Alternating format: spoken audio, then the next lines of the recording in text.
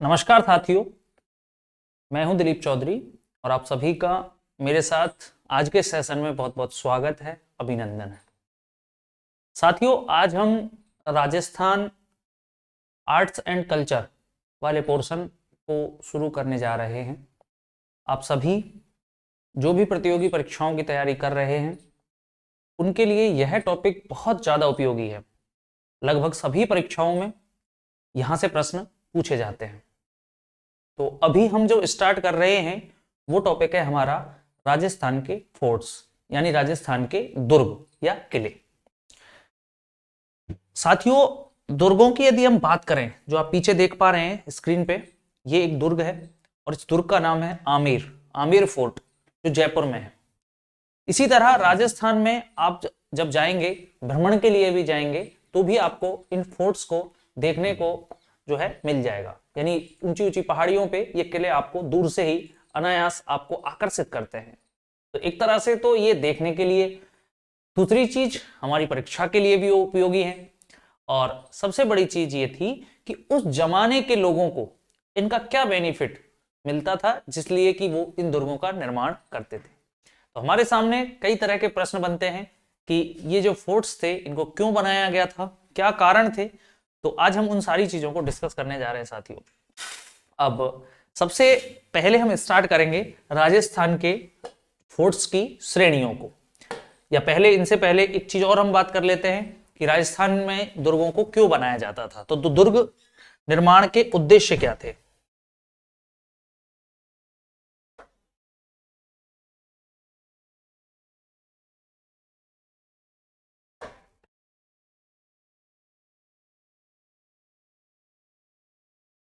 दुर्ग या फोर्ट्स, ये आज का हमारा टॉपिक है साथियों।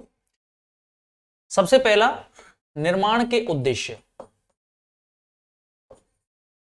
कि इनका निर्माण क्यों किया जाता था।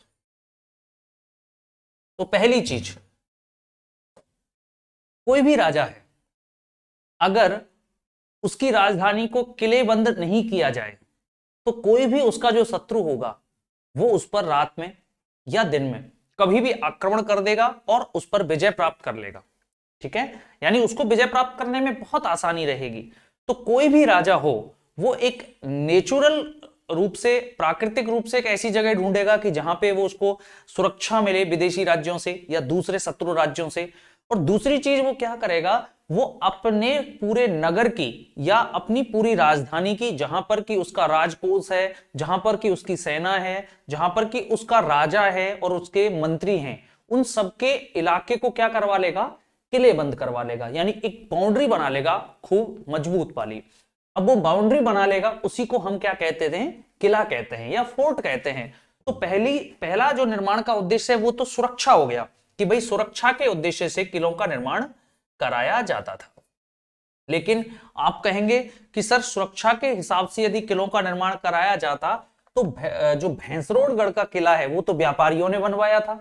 फिर हाँ, तो व्यापारियों ने जो बनवाया था वो इसलिए बनवाया था कि उस इलाके से जब ये मालवा के लिए निकलते थे राजस्थान से, तो मालवा के लिए निकलते टाइम बीच में ऐसा कोई किला नहीं पड़ता था जहां पर कि ये व्यापारी शरण ले सकें। तो दिन में तो ये रास्तों में चलते थे, पूरा का पूरा इनका काफिला चलता था, जिसको हम श्रेणी व्यवस्था कहते हैं प्राचीन जमाने की। तो इनका पूरा जो काफिला चलता था तो वो दिन में अधिकतर दूरी तय कर लेता था। रात के टाइम पर इनको सुरक्षा चाहिए होती थी, तो ये कहां रहते थे, उन किलों में शरण पा लेते थे। इसलिए कुछ व्यापारी जहां पे किसी राजा ने कोई किला नहीं बनवाया, तो इन व्यापारियों ने वहां पर किला बनवा दिया। तो दूसरा हो गया, व्यापारियों ने भी किस लिए बनाया था, सुरक्षा के लिए ही बनाया था। दूसरी चीज, राज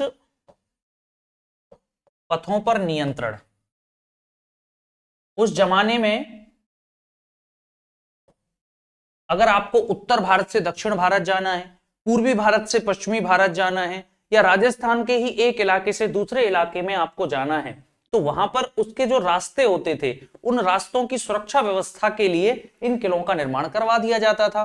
तीसरी चीज जो है वो इंपॉर्टेंट है कि कुछ शासक इसलिए भी मजबूत किले बनाते थे जिससे कि उनकी प्रतिष्ठा बढ़ जाए।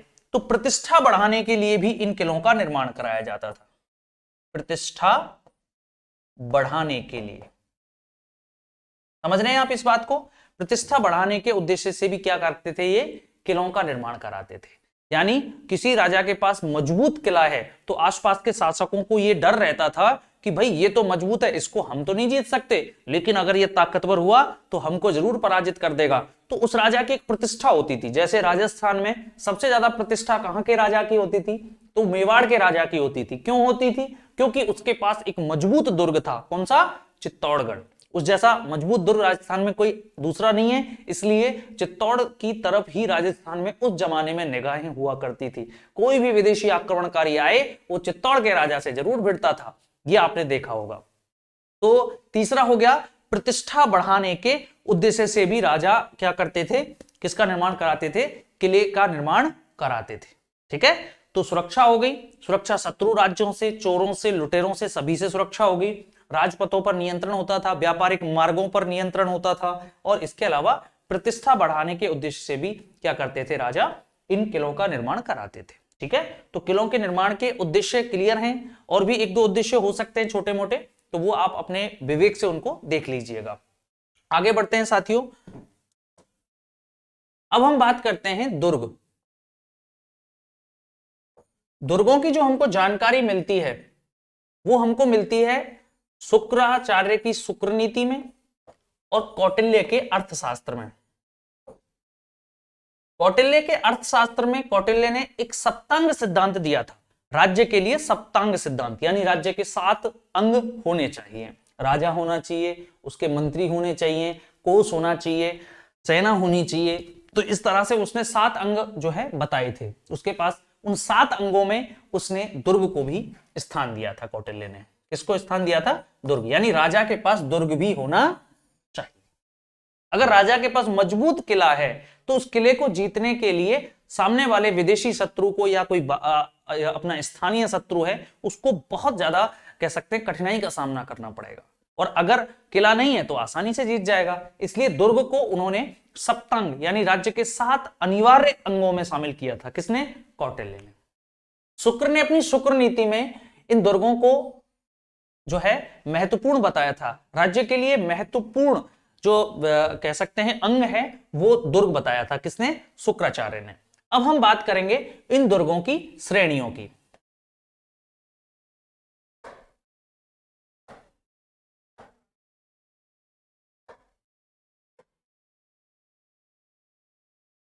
श्रेणियां। तो दुर्गों की कितनी श्रेणियां हैं? शुक्राचार्य ने इन श्रेणियों की संख्या बताई है 9। कितनी बताई है साथियों? 9। जबकि कौटिल्य ने दुर्ग की मात्र 4 श्रेणियां बताई है। याद रखना, आप जो भी परीक्षा देने जा रहे हैं उसमें ये दुर्ग की जो श्रेणियां वाला पार्ट है, यहां से ज्यादातर प्रश्न पूछ लिया जाता है कि कौन सा दुर्ग कौन सी श्रेणी का है। ठीक है, तो दुर्ग की श्रेणियों को थोड़ा सा आपको ध्यान से देखना है। तो कौटिल्य ने 4 श्रेणियां बताई थी, और वो 4 श्रेणियां कौन कौन सी हैं? पहली श्रेणी है गिरि दुर्ग। इनको हम पार्वत्य दुर्ग भी कह सकते हैं साथियों। क्यों? क्योंकि ये किस पर बने होते हैं? पहाड़ी पर बने होते हैं, नाम से ही पता लग रहा है। इसके बाद दूसरा जो दुर्ग है वो है जल दुर्ग। इसको हम औदुक दुर्ग भी कहते हैं। उदक माने जल होता है ना, इसलिए औदुक दुर्ग भी इनको कह देते हैं। तीसरी जो श्रेणी है वो है अरण्य दुर्ग, और जो चौथी श्रेणी है वो है धानवन दुर्ग। ये 4 श्रेणियां किसने बताई थी? कौटिल्य ने बताई थी साथियों। किसने बताई थी?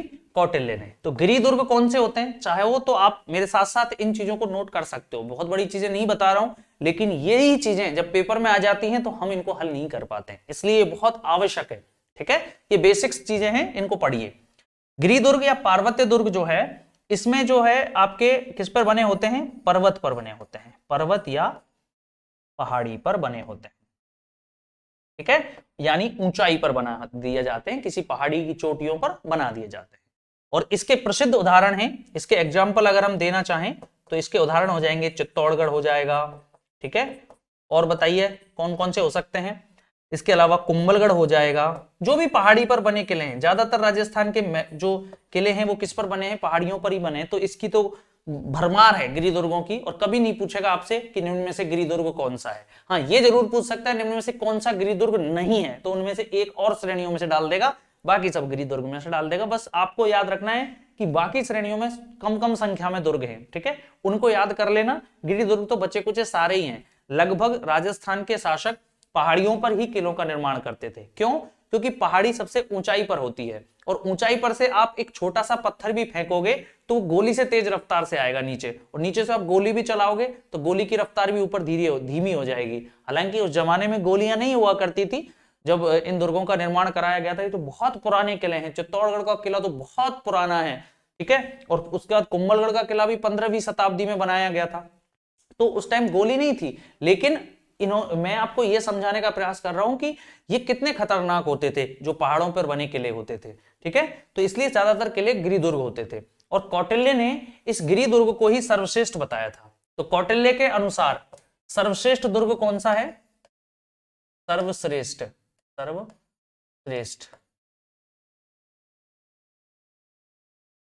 दुर्ग की श्रेणी आपसे पूछे तो आप कौन सा बताएंगे? तो इसका हो जाएगा आपके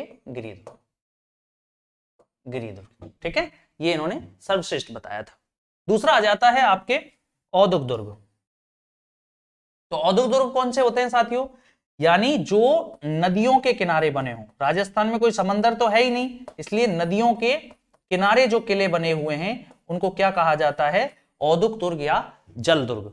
तो इसके प्रसिद्ध उदाहरण कौन कौन से हो जाएंगे? तो इसका पहला उदाहरण हो जाएगा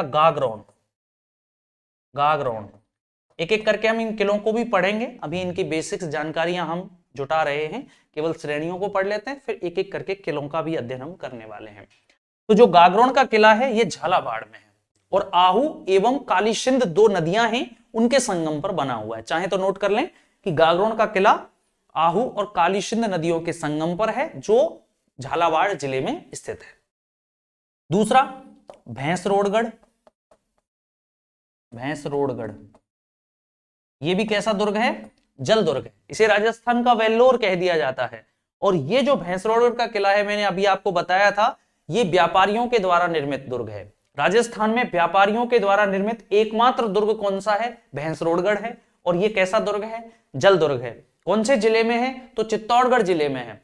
कौन से जिले में है? चित्तौड़गढ़ जिले में। चित्तौड़गढ़ जिले को आपने अगर देखा हो नक्शे में तो उसके दो टुकड़े हैं। एक टुकड़ा जिसमें चित्तौड़गढ़ किला है और चित्तौड़गढ़ का जिला मुख्यालय है, और दूसरा टुकड़ा कोटा के पास वाला है जिसमें रावत भाटा है। उस दूसरे वाले टुकड़े में ये भैंसरोडगढ़ है, और यहीं पर बस्सी नामक जो अभयारण्य है वो भी यहीं पर है साथियों, ठीक है।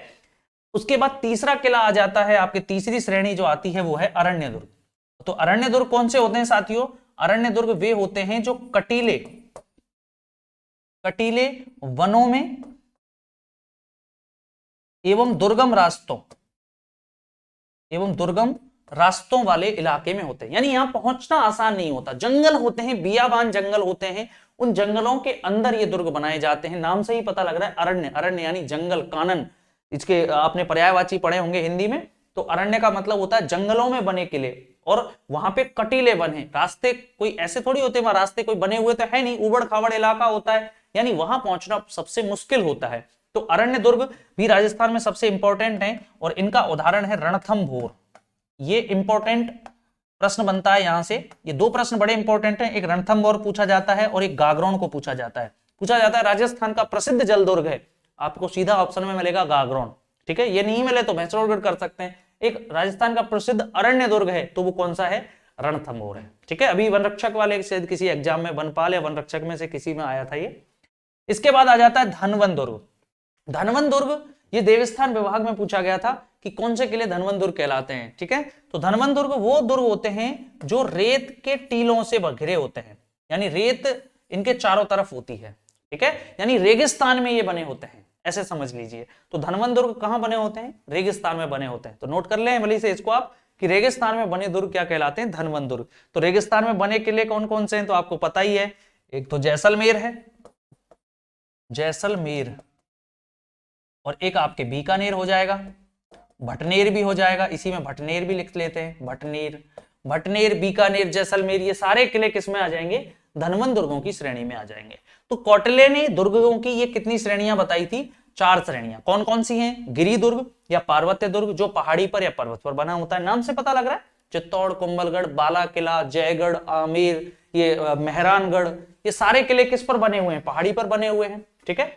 दूसरा आ जाता है जल दुर्ग या औद्योगिक दुर्ग, तो ये नदियों के किनारे बने होते हैं। गागरोन इसका प्रसिद्ध दुर्ग है जो झालावाड़ जिले में है। दूसरा उदाहरण है भैंसरोडगढ़, जो आपके चित्तौड़गढ़ जिले में है।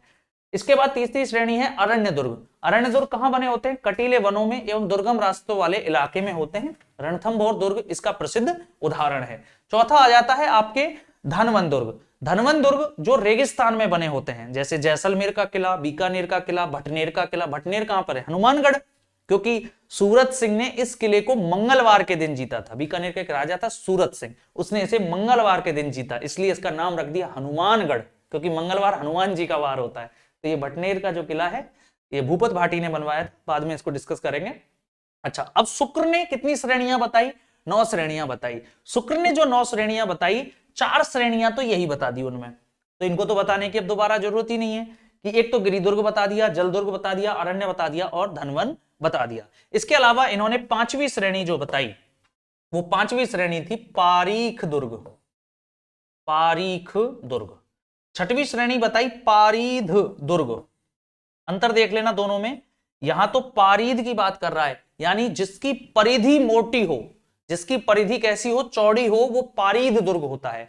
तो सामान्यतः ध्यान रखा जाता था दुर्ग निर्माण के समय कि दीवारें मोटी ही बनाई जाती थी, लेकिन सबसे ज्यादा जो मोटी दीवार है वो कौन से किले की है साथियों? कुंभलगढ़। कुंभलगढ़ किले की दीवार कितनी मोटी है? 7 मीटर मोटी है। कितनी मोटी है साथियों? 7 मीटर। 7 मीटर। ठीक है, ये ध्यान रखेंगे। पारीख दुर्ग कौन से होते थे? जिन दुर्गों के चारों तरफ खाई होती थी। क्या होती थी?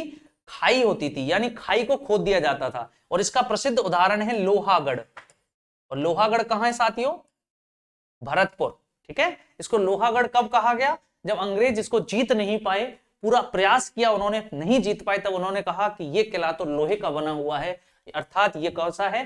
लोहागढ़ है। ठीक है, तो भरतपुर दुर्ग जो है उसके चारों तरफ खाई बनाई थी। महाराजा सूरजमल ने इस दुर्ग का निर्माण कराया था 1733 में। तो इस दुर्ग का निर्माण जो कराया था, तो इस दुर्ग में चारों तरफ खाई खुदवाई, खाई की जो मिट्टी थी उसको दीवारों में भरा। दीवारों में इसलिए भरा कि कभी अगर तोप भी चले तो वो दीवारों में जो मिट्टी है वो उस तोप का वार अंदर तक ना होने दे। ठीक है, तो बड़े दिमाग लगा करके इस दुर्ग का निर्माण कराया था, लेकिन ये दिमाग पहले ही इन लोगों ने किसमें रख दिया था? आपके इन श्रेणियों में रख दिया था। तो यहां से उन्होंने इस चीज को देखा था सूरजमल जी ने कि इस तरह का किला भी बनवाया जा सकता है जो सुरक्षा के लिहाज से बेस्ट रहेगा। तो अगर आपसे पूछे पारीख दुर्गों का सबसे बेस्ट उदाहरण कौन सा है, तो आपको उत्तर देना है लोहागढ़। ठीक है, इसके बाद सातवीं आ जाती है आपके वन दुर्ग। वन दुर्ग या इसको स्थल दुर्ग भी हम कह सकते हैं, यानी जिसके चारों तरफ थोड़ी बहुत पेड़ पौधे हों। ठीक है, अरण्य दुर्ग और वन दुर्गों में अंतर है। अरण्य दुर्ग जंगलों में होते हैं, लेकिन वन दुर्ग में चारों तरफ थोड़े बहुत पेड़ पौधे होते हैं, सामान्यतः स्थल पर बने होते हैं। ठीक है, इसके बाद 8वां आ जाता है सैन्य दुर्ग। ये कोई खास नहीं है, इनमें से प्रश्न नहीं बनेगा, लेकिन फिर भी देख लेते हैं एक बार। सैन्य दुर्ग कौन से होते हैं? जिन दुर्गों पर सेना तैनात रहती है। तो उस जमाने में जब राजाओं का जब जमाना हुआ करता था, तो मुझे नहीं लगता कि कोई भी दुर्ग पर ऐसा दुर्ग भी छोड़ दिया जाता था जिस पर सेना नहीं रखी जाती। तो सेना तो रखेंगे, इसीलिए तो दुर्ग बनाया है कि भाई वहीं पे सेना तैनात रहे, अपनी सुरक्षा की व्यवस्था को संभाले। तो सेना लगभग सभी दुर्गों पर तैनात रहती थी, इसलिए सभी दुर्ग सैन्य दुर्ग होते थे। सबसे लास्ट जो श्रेणी है वो है आपके सहाय दुर्ग।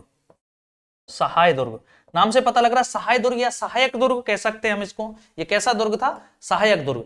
ये सहायक दुर्ग ऐसे समझिए कि एक किला है, उस किले पर कोई अटैक कर रहा है, यानी ऐसे मानिए कि आज हमारे भरतपुर पर कोई अटैक कर रहा है, तो अलवर पड़ोसी है हमारा, और अगर वो हमारा मित्र है तो वो हमारी सुरक्षा के लिए हमारे साथ लड़ेगा कि नहीं लड़ेगा, हमारी हेल्प करने आएगा कि नहीं आएगा। तो भरतपुर की सुरक्षा के लिए अलवर का जो किला है वो अपनी सामग्री भेजे और वो भी साथ में लड़ाई में भाग ले, तो उसे कहते थे सहायक दुर्ग। यानी एक दुर्ग दूसरे दुर्ग की क्या कर रहा है? सहायता कर रहा है। तो ऐसी व्यवस्था सामान्यतः कहां देखने को मिलती थी? चित्तौड़गढ़ और कुंभलगढ़ में देखने को मिलती थी, क्योंकि कुंभलगढ़ पर और चित्तौड़गढ़ पर सामान्यतः एक ही व्यक्ति का शासन हुआ करता था। तो जब चित्तौड़ पर आक्रमण होता था तो कुंभलगढ़ के शासक जो है वो चित्तौड़ में क्या भेजते थे? सहायता भेजते थे। जैसे जालौर पर अटैक हो रहा है तो सिवाना हेल्प कर रहा है, सिवाना पर अटैक हो रहा है तो जालौर हेल्प कर रहा है। तो ये एक दूसरे के कैसे दुर्ग हो गए? सहायक दुर्ग हो गए, इनको हम सहाय दुर्ग कहते हैं। ठीक है, तो शुक्र ने 9 श्रेणियां बताई, इनमें इन्होंने 4 तो यही श्रेणियां बता दी जो कौटिल्य ने बताई, और इसके अलावा 5 और श्रेणियां बताई। पारीक दुर्ग, जिनके चारों तरफ खाई होती है, लिख लेंगे आप इसको, जो, और इसका प्रसिद्ध उदाहरण हो जाएगा लोहागढ़।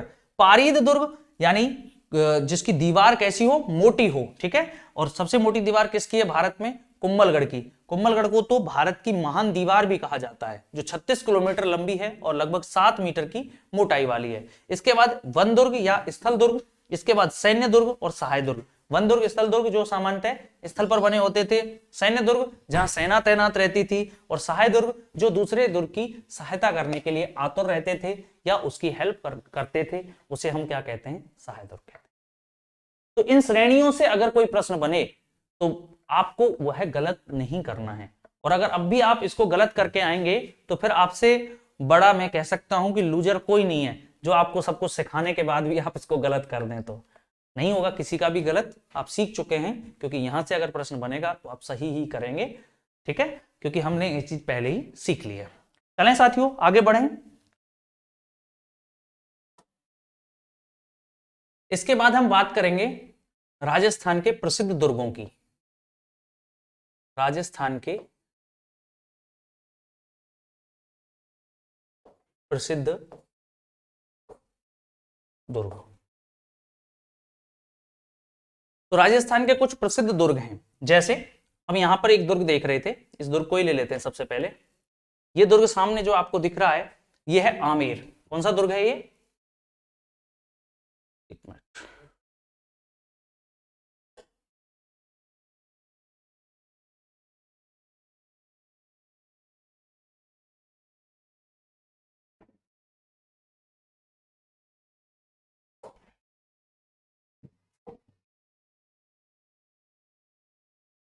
चलो ये दुर्ग आप देख लीजिए आराम से।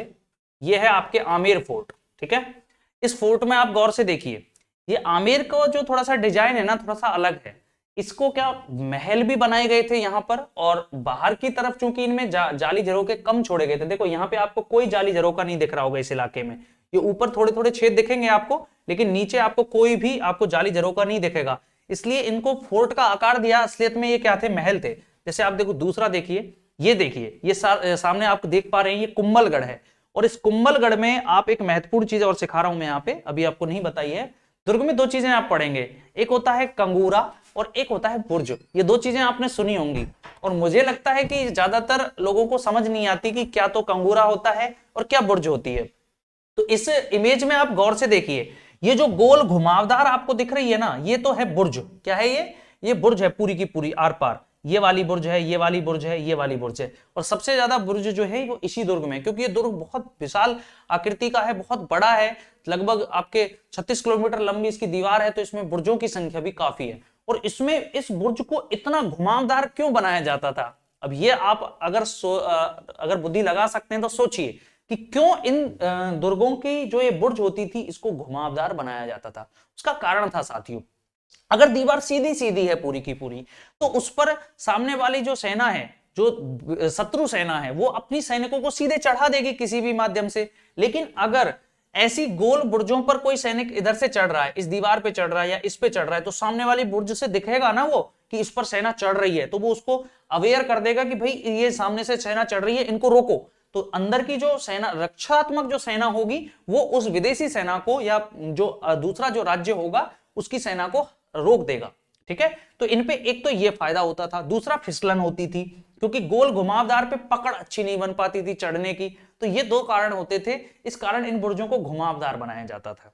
अब इस बुर्ज में आप एक चीज देख पा रहे होंगे, इस बुर्ज में आप ये आकृति देख रहे हैं, ये लगभग इस तरह की जो आकृति है, और इसमें ये जो छेद दिख रहे हैं, ये छेद इसलिए हैं, ये तीनों के तीनों छेद, कि अगर कोई सेना दूर है तो दूर वाले सेना पर तो वार करना है आपको इस वाले छेद से। ठीक है, इस वाले छेद में से आप क्या मार देंगे, तीर बंदूक जो भी आपके पास होगा, ऊपर वाला जो है, तो उसमें से सीधे तीर मार देंगे, उसमें साइट दूर तक दिख जाएगा आपको।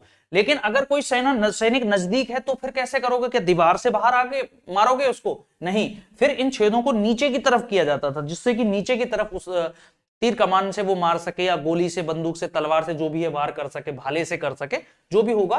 तो वो 3 जो छेद नीचे दिख रहे हैं आपको इस कंगूरे में ये किसके हैं, ये आपके नीचे नजदीक वाले पे अटैक करने के लिए बनाए जाते हैं। तो ये पूरा का पूरा जो आपको दिख रहा है एक वाला एक आकृति, ये कंगूरा है। और ये पूरी की पूरी जो आपको इसमें बहुत सारे कंगूरे लगे हुए हैं, पूरी दीवार पे लगे होते थे कंगूरे रक्षात्मक व्यवस्था के लिए, कि सैनिक जो अंदर वाले हैं वो छिपे रहें और बाहर वाले सैनिकों को वो ना दिखें, और वो बाहर वाले सैनिकों पर हम नजर रख सके। किन से, इन छेदों के माध्यम से। दूर तक इनसे नजर जाती थी, कुछ से नजदीक तक जाती थी, तो दो तरह के बनाए जाते थे। ठीक है, तो ये इस तरह की व्यवस्था होती थी। तो इनको बुर्ज कहते थे पूरी की पूरी। ये जो इतने भी कंगूरे चारों तरफ इसके लग रहे हैं, इस पर बहुत सारे सैनिक एक साथ इकट्ठे भी हो सकते थे, ये भी लाभ मिलता था। और ये जो देख रहे हैं छोटी संरचना, ये क्या है, आपके कंगूरा है। ऐसे आप इसको ऐसे भी समझ सकते हैं, रुकिए एक मिनट, इसको ऐसे समझ सकते हैं कि ये इस तरह का जो शेप बनता था, इस तरह का जो शेप बनता था, इसको कहते थे कंगूरा। क्या बोलते थे, कंगूरा। और इसमें एक छेद तो यहां पे होता था, जो जिससे नजर दूर तक जाती थी सामने, और कुछ छेद यहां पे होते थे नीचे, जिससे कि नजदीक वाले पे ऐसे अटैक किया जा सके, ऊपर से खींच के। समझ गए, ये होता था कंगूरा। और सामान्यतः जैसे ये दीवार जा रही है, ये दीवार जा रही है, और इस तरह की कोई आकृति मिल रही है आपको, ठीक है, ये इस तरह की आकृति होती थी, इसको कहा जाता था बुर्ज। इस बुर्ज पर क्या लगे होते थे, कंगूरे लगे होते थे, साइड साइड में ऐसे ऐसे लगे होते थे। समझ गए, ऐसे ऐसे कंगूरे लगे होते, इनमें छेद होते थे इस तरह से। समझ गए, तो ये पूरी की पूरी क्या होती थी, ये बुर्ज होती थी। और जिस दुर्ग की बुर्ज सबसे मजबूत होती थी, वही दुर्ग सबसे बेस्ट माना जाता था। राजस्थान का एक ऐसा दुर्ग था जिसकी सुदृढ़ बुर्ज और सुदृढ़ कंगूरों के कारण उसकी तुलना एस्ट्रूसन से की थी कर्नल जेम्स टॉड ने। एस्ट्रूसन, एस्ट्रूसन से किस दुर्ग की तुलना की जाती है, राजस्थान का एस्ट्रूसन किस दुर्ग को कहा जाता है।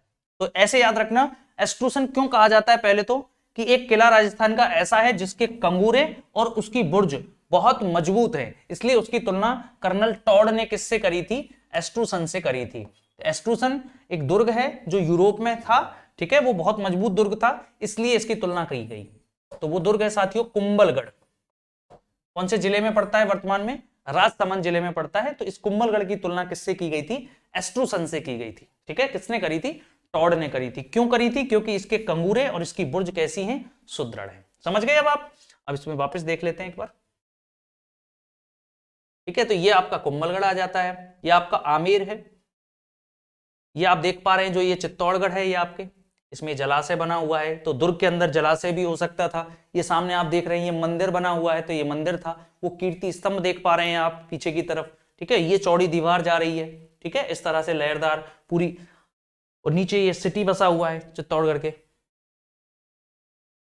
ये आप आमेरी देख पा रहे हैं। ये जैसलमेर का किला है, देखिए जैसलमेर के किले में ये चारों तरफ मिट्टी है, और ये चारों तरफ क्या बना हुआ है, किला बना हुआ है। नीचे अब वर्तमान का ये जो शहर है ये नीचे बसा हुआ है। इसमें 99 बुर्जें थी जैसलमेर के किले में, ठीक है, और इसकी छत जो है वो लकड़ी की थी, याद रखना। तो ये कुछ किले हैं राजस्थान के। ये मेहरानगढ़ का किला है, ध्यान रखना, चिड़िया टूक पहाड़ी पर बना है, जोधपुर का दुर्ग जो है उसको। चलिए वापिस आते हैं। तो ये अपने राजस्थान के प्रसिद्ध दुर्गों की हम बात कर रहे थे। तो राजस्थान के प्रसिद्ध दुर्ग कौन कौन से होते हैं, तो ये चीज आप लिख सकते हैं, जो मैं साथ में बता रहा हूं इन चीजों को आप लिखते चलना, ठीक है। तो यहां डाल देते हैं। अब आगे बात करते हैं साथियों, राजस्थान के प्रसिद्ध दुर्गों में सबसे पहले हम लिखेंगे चित्तौड़गढ़, जिसके बारे में मुझे लगता है आप खूब जानते हैं। दूसरा आपके कुंभलगढ़ आ जाएगा, जो राजसमंद में है।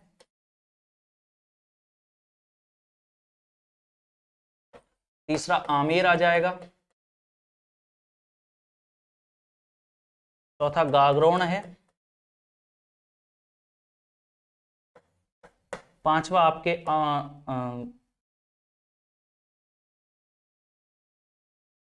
गागरोन आ गया, जैसलमेर आ गया,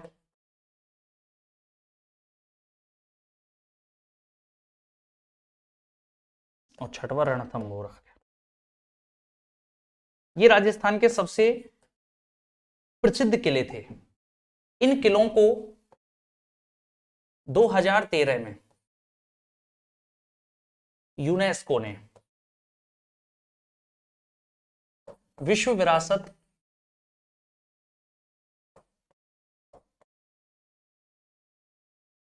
स्थलों में या विश्व विरासत सूची में शामिल किया, ऐसे सूची में शामिल कर लिया है। कितने दुर्ग हैं ये? 6 दुर्ग हैं। ये राजस्थान के 6 दुर्ग हैं जिनको यूनेस्को ने 2013 में किसमें शामिल किया है? विश्व विरासत सूची में शामिल किया है। कौन कौन से हैं? चित्तौड़गढ़ का किला है, कुंभलगढ़ का किला है, आमेर का किला है, आमेर कहां पर है? जयपुर। गागरोन का किला है, कहां पर है? झालावाड़। जैसलमेर का किला है, रणथंबोर का किला है, रणथंबोर का किला कहां पर है? सवाई माधोपुर, सवाई माधोपुर। ठीक है, ये सारे जो किले हैं इनको 2013 में यूनेस्को ने विश्व विरासत सूची में शामिल किया था। ठीक है, ये चीज आप याद रखेंगे क्योंकि यहां से भी प्रश्न बन जाता है कि राजस्थान के कौन कौन से किले यूनेस्को ने विश्व विरासत सूची में शामिल किए हैं। ओके, तो ये राजस्थान के कुछ प्रसिद्ध दुर्ग हैं। अब हम बात करेंगे एक एक दुर्ग की। अगला पेज ले लेते हैं। अच्छा नहीं लिखा है तो आप एक बार देख लीजिए, इनको किलों को ध्यान रखना। इनकी एक ट्रिक भी है, अगर मैं आपको ट्रिक बताऊं तो 1 मिनट इसकी ट्रिक बता देता हूं आपको। इनकी ट्रिक बता देता हूं, ट्रिक पता लग जाएगा तो ये आपको याद करने में आसानी हो जाएगी। इनकी याद करने की ट्रिक है चीकू,